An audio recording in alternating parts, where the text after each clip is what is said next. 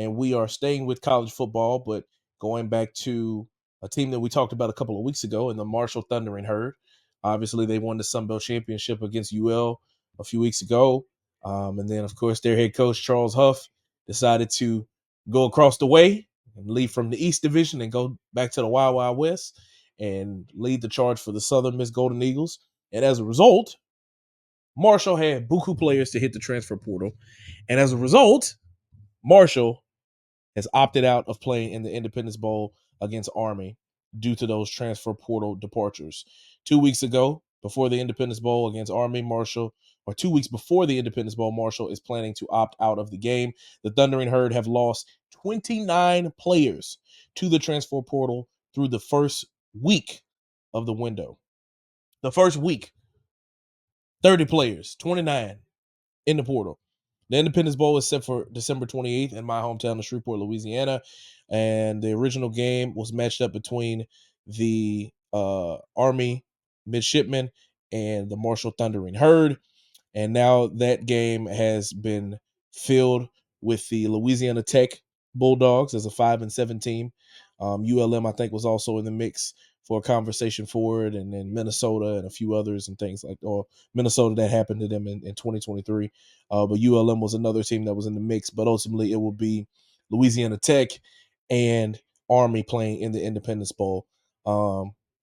Elijah, I mean, I think that's probably the largest amount of players that we've seen hit the portal, not just this cycle, but probably ever since the transfer portal has turned into what it is. How do you feel about the team deciding to opt out? Is it soft, like what some people are saying, or is it literally just like, bro, we don't have the bodies to field a proper game to get it done? This is like my second time I ever seen something like this. My first time when I was in Alexandria, NSU. Corey Gibson took pretty much the whole team with him. I think one or two guys stayed behind, but took pretty much the whole team with him to Austin P. And the new coach had to come in and refill everything and fill his roster. But before I even get in deep dive into the Marshall thing, I want to say this: this is a this is a aha moment right here. This is an aha moment to Marshall, and I'm gonna tell you, my man just wanted to get paid. He didn't want nothing else. That man just wanted to get paid. He come in. This year has a successful season. Last year was mediocre. It wasn't the best. This year has a great season. But now you're telling me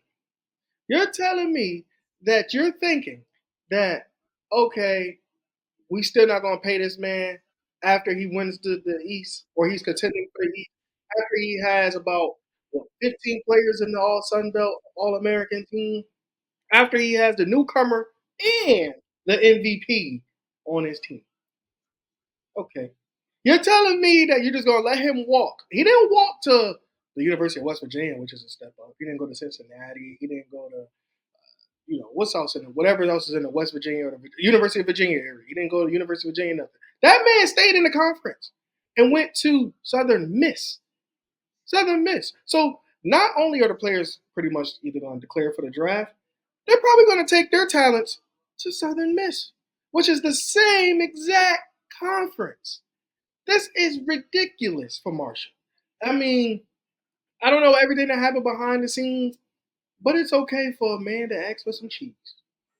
It's all right for some man to ask for a little bit of pay. He just want a little money. I just want if I'm working hard, I just want a little money to come behind that. It's all right. That's all right.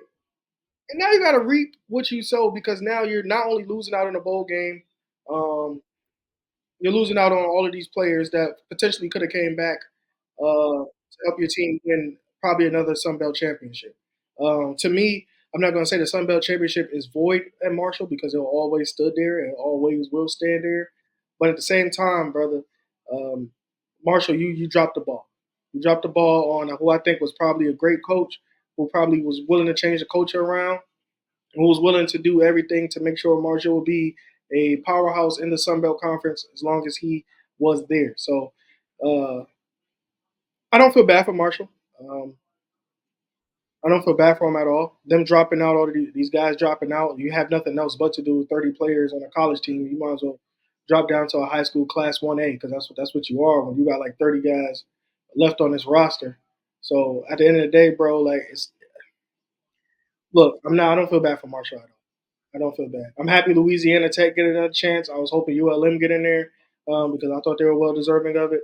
But I do not feel bad for Marshall at all because they accomplished what they thought was the peak of what they needed to accomplish, and that was winning the Sun Belt.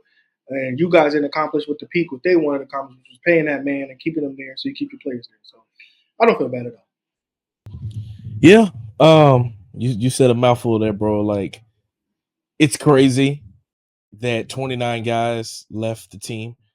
What people I think are mostly more upset about is that Marshall committed to playing in the game beforehand, and then as a result of all of the portals, they're like, nah, we gonna go back out. So they feeling like you shouldn't have gave your word for it. You shouldn't have accepted the bowl bid. But it's like, bro, at the same time, like, there's no way that they knew that they were gonna lose 30 guys into the portal. There's no way that they knew that. And it's a wild thing to happen.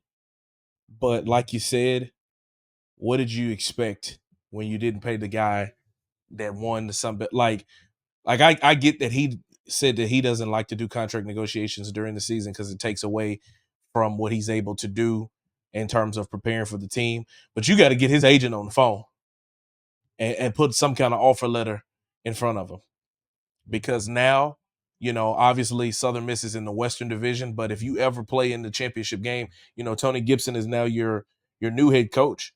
But if you ever face him, if it's ever put up on the schedule, you're gonna have to face that man.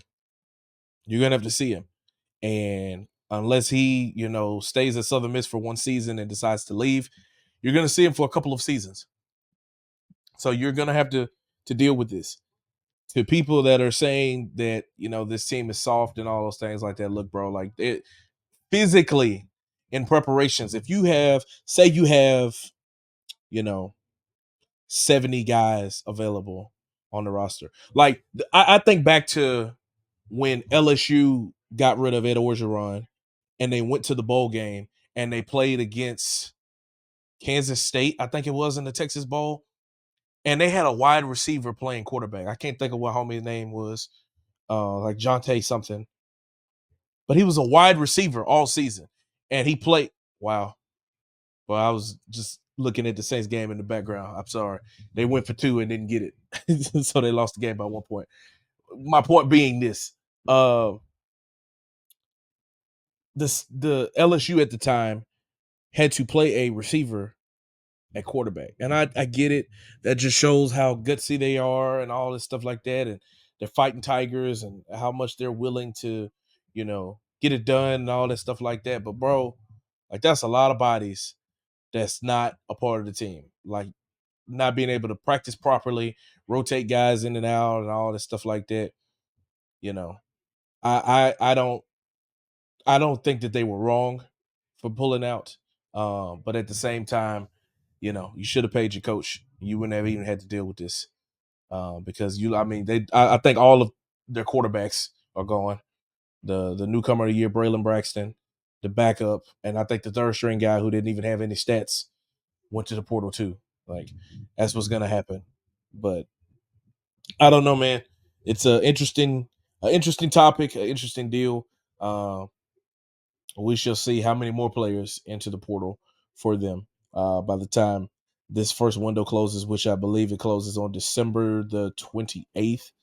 So they have about another 2 weeks before the portal officially closes. And we'll see how it goes. Thank you so much for watching this clip of the Fitz Take podcast. Be sure to like this video and also subscribe to the YouTube channel. And also follow me and Elijah on our social media platforms. They will be linked down in the description. And remember, every episode of the Fitz Take podcast will air right here on the YouTube channel every Monday at 2 p.m. Thank you so much for watching, and we'll see you next time.